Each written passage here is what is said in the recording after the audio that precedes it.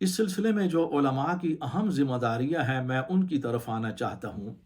ان ذمہ داریوں کے اندر سب سے اہم ذمہ داری یہ ہے کہ وہ جدید دنیا اور جدید علوم کا مطالعہ کریں۔ اب وہ جو پہلی قدامت ہے وہ آپ کو کوئی کام نہیں دے سکتی اور اس سے مسائل پیدا ہو رہے ہیں۔ دوسری ذمہ داری یہ ہے کہ علمی اپروچ پیدا کی جائے اداروں کے اندر، مدارس کے اندر۔ آج داستانوں کا زمانہ نہیں ہے۔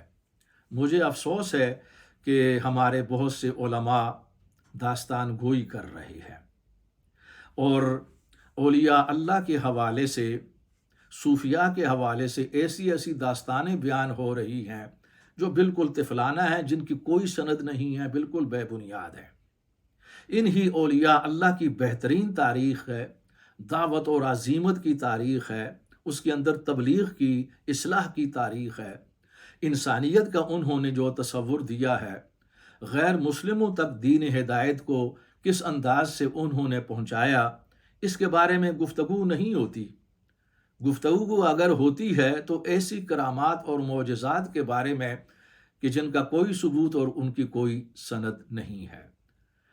آج اس بات کی ضرورت ہے کہ ہمارے تمام علماء اور پیران عظام حقائق کی طرف آئیں، اپنے معیار گفتگو کو بدلیں اور عصری اسلوب کی طرف آئیں۔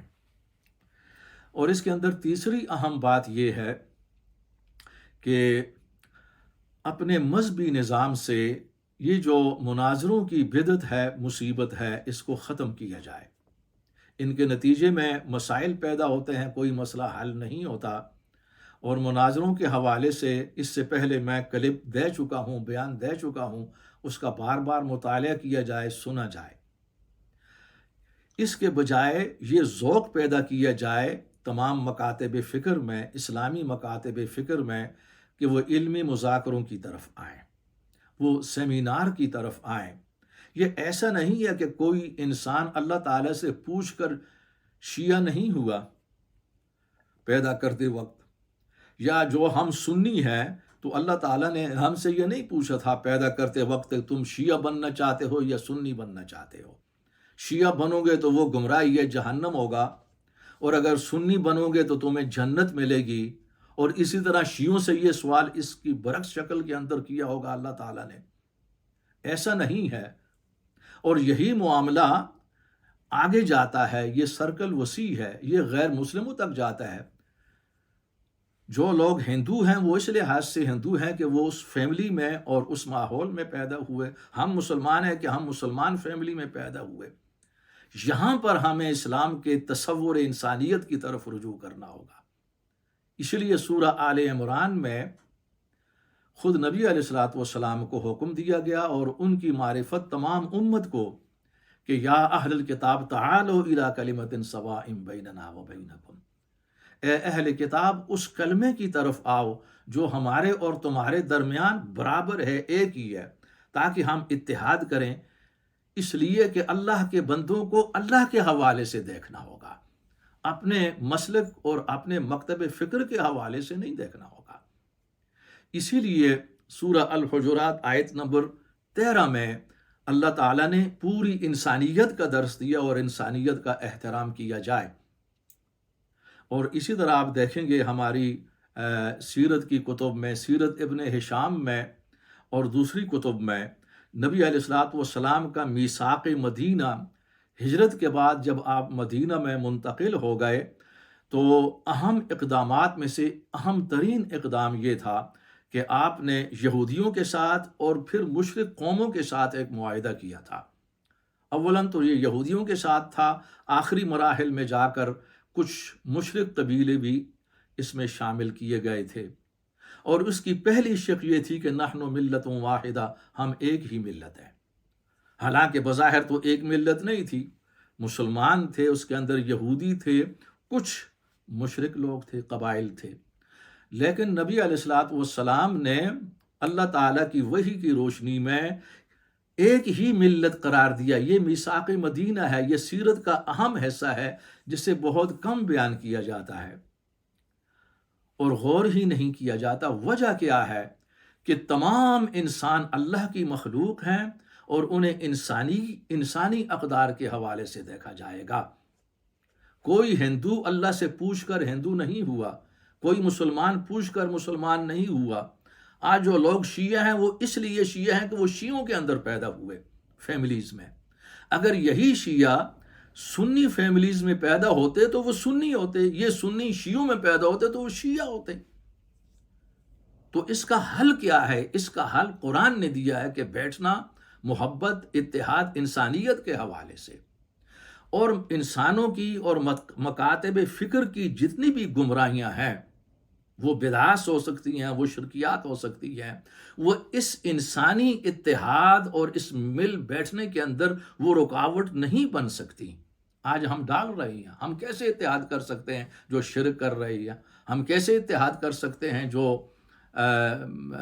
قرآن کی توہین کر رہی ہے؟ قرآن خود اس کے خلاف ہے۔ خود نبی علیہ الصلوۃ والسلام کا میثاق مدینہ اور یہ دین اسلام پوری انسانیت کے لیے، یہ دین المسلمین نہیں ہے، یہ دین للناس ہے، ہدی للناس ہے، پوری انسانیت کے لیے۔ ہم نے اسے محدود کر دیا ہے۔ تو یہ وہ اہم تقاضے ہیں کہ ہمارے علماء دین کو ان کا لحاظ رکھنا ہوگا۔ لیکن چونکہ ہماری اس پورے سلسلے میں فرقہ پرستی ہے، ابھی تک مناظرے ہیں، نفرت کا بازار زیادہ گرم ہے، تو اس کے بڑے بڑے نقصانات ہیں جو میں اختصار کے ساتھ بیان کرنا چاہوں گا، اس امید کے ساتھ کہ علماء غور و فکر کریں گے اور اصلاح کی کوشش کریں گے، اور خصوصاً اس امید کے ساتھ کہ ہمارے عامت الناس، عام لوگ اپنا کردار ادا کریں گے۔ اس سلسلے میں پہلا نقصان یہ ہے کہ صرف عامت الناس ہی نہیں، بلکہ جو خاص طبقہ ہے، خصوصی طبقہ، صاحب اقتدار، صاحب دولت، صاحب تعلیم، وہ علماء سے بیزار ہے اور ان کے اندر بے دینی آ چکی ہے، دینداری نہیں ہے ان کے اندر۔ اور اس کی بنیادی وجہ یہ ہے کہ جب وہ آپس میں مل بیٹھتے ہیں، خود ہمارے ساتھ بھی گفتگویں ہوتی ہیں، بھائی یہ مولوی تو آپس میں لڑ رہے ہیں، ایک دوسرے کو کافر قرار دے رہے ہیں، گمراہ، اور ایک دوسرے کو گالیاں بھی دے رہے ہیں۔ یہ گالیاں پہلے ان کو معلوم نہیں تھا کہ علماء کی گالیاں دے سکتے ہیں۔ علماء کو احساس ہونا چاہیے کہ آج سوشل میڈیا کو پوری دنیا سنتی ہے، پہلے ان کی گفتگو صرف مساجد تک ہوتی تھی، آج میڈیا اور انفارمیشن کا زمانہ ہے۔ یہ یعنی آرمی سے لے کر سپریم کورٹ کے ججوں سے لے کر عدلیہ سے لے کر انتظامیہ، وزیر اعظم، عام لوگ اور پوری دنیا آج آپ کی باتوں کو سن رہی ہے۔ میں جو بات کر رہا ہوں یہ پوری دنیا میں جا رہی ہے۔ اور جب آپ ماں بہن کی گالیاں دیتے ہیں، کسی کو کتی کا بچہ، حرام زادہ، تو جب پڑھے لکھے لوگ یہ سنتے ہیں تو ان کا تاثر یہ بیٹھتا ہے کہ یہ علماء ان پڑھ ہیں، بیچارے جاہل ہیں، اور وہ جسٹیفائیبل ہیں، یعنی اپنی جگہ پر وہ ٹھیک ہے، اس لیے کہ اس کے ذمہ دار خود یہ فرقہ پرست علماء ہیں، علماء حق نہیں ہیں۔ علماء حق بھی ہیں، بہترین لوگ ہیں، مگر ابھی ان کی تعداد اتنی زیادہ نہیں ہے۔ اس کا دوسرا نقصان، بہت بڑا نقصان یہ ہے کہ علماء دین کا جو اثر رسوخ ہے وہ کمزور اور غریب طبقہ تک محدود رہ گیا ہے۔ وہ طبقہ جو مجبور ہے، مقہور ہے، مفلوق الحال ہے، جسے اپنی حالت کا بھی ہوش نہیں ہے، اور معاشرہ کے نظام کے اندر ان کی کوئی حیثیت نہیں ہے، اور ان کے سامنے آپ جو کچھ چاہیں وہ کہیں گے، سبحان اللہ، ماشاء اللہ، گالیاں نکل رہی ہیں، سبحان اللہ، ماشاء اللہ، کسی کو اسلام سے نکالا جا رہا، ماشاء اللہ، سبحان اللہ۔ اور یہی باتیں آپ تعلیم یافتہ طبقہ کے سامنے جا کر نہیں کہہ سکتے کہ جن کے ہاتھ میں نظام ہے، زمام کار ہے معاشرے کی۔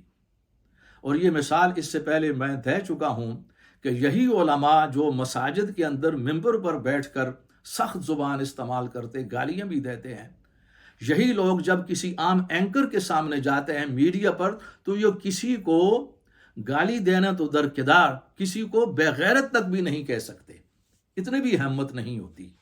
دوغلاپن ہے، ڈبل سٹینڈرڈ سامنے آ چکا ہے۔ یہ بہت بڑا نقصان ہے کہ آپ کے پاس صرف وہی طبقہ باقی رہ گیا ہے جو مفلوق الحال ہے، جس کی معاشرے میں کوئی حیثیت نہیں ہے، بیچاروں کی، نانے جویں کا وہ محتاج ہے، صرف وہی ہے، اور باقی اصل طبقہ وہ آپ کے ہاتھ سے نکل چکا ہے۔ یہ معمولی نقصان نہیں ہے، اس پر آپ کو ماتم کرنا چاہیے۔ ہر مولوی اور امام کو اپنی مسجد مدرسے کے اندر کچھ دیر کے لیے ماتم کرنا چاہیے، اپنا سر دیوار کے ساتھ مارنا چاہیے۔ یہ معمولی نقصان نہیں ہے، اور اگر وہ ایسا نہیں کرتے وہ بہت بڑے مجرم ہیں۔ عوام کا فرض ہے وہ ایسا کروائیں ان سے، یا وہ توبہ کریں۔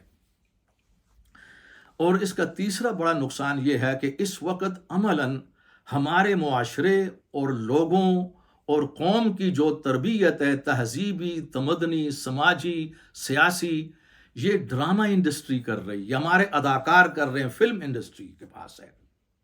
علماء کا اثر رسوخ صرف انتہائی غریب لوگوں کی حد تک رہ گیا ہے، جن کے سامنے وہ گالیاں بھی دیں تو وہ اس کو دعائیں سمجھتے ہیں، وہ سبحان اللہ کہتے ہیں۔ تو آج یہ اداکار دین سمجھا رہے ہیں، اخلاقیات اداکاروں کے ہاتھ میں ہے، فلم انڈسٹری اور ڈرامہ انڈسٹری کے کنٹرول میں ہے، لوگ انہی کی طرف دیکھ رہے ہیں، ان کا اثر و رسوخ زیادہ ہے علماء دین کے مقابلے میں۔ یہ سب سے بڑا المیہ ہے، اس لیے ضروری ہوگا کہ علماء ان حالات کا احساس کریں، اور میں چاہوں گا کہ ہمارے مخلص عوام الناس وہ بھی اپنا کردار ادا کریں، ہمارے اس پیغام کو زیادہ سے زیادہ پھیلایا جائے، آپ لوگ ہمارے اس چینل کے ساتھ زیادہ سے زیادہ وابستہ ہوں، ہم وہ باتیں آپ کی خدمت میں پہنچا رہے ہیں جو عام طور پر کہیں اور سے آپ کو نہیں مل سکتی، اور باقی علماء ان باتوں کو پیش نہیں کرتے۔ اسی پر اکتفا ہے، وما علینا الا البلاغ۔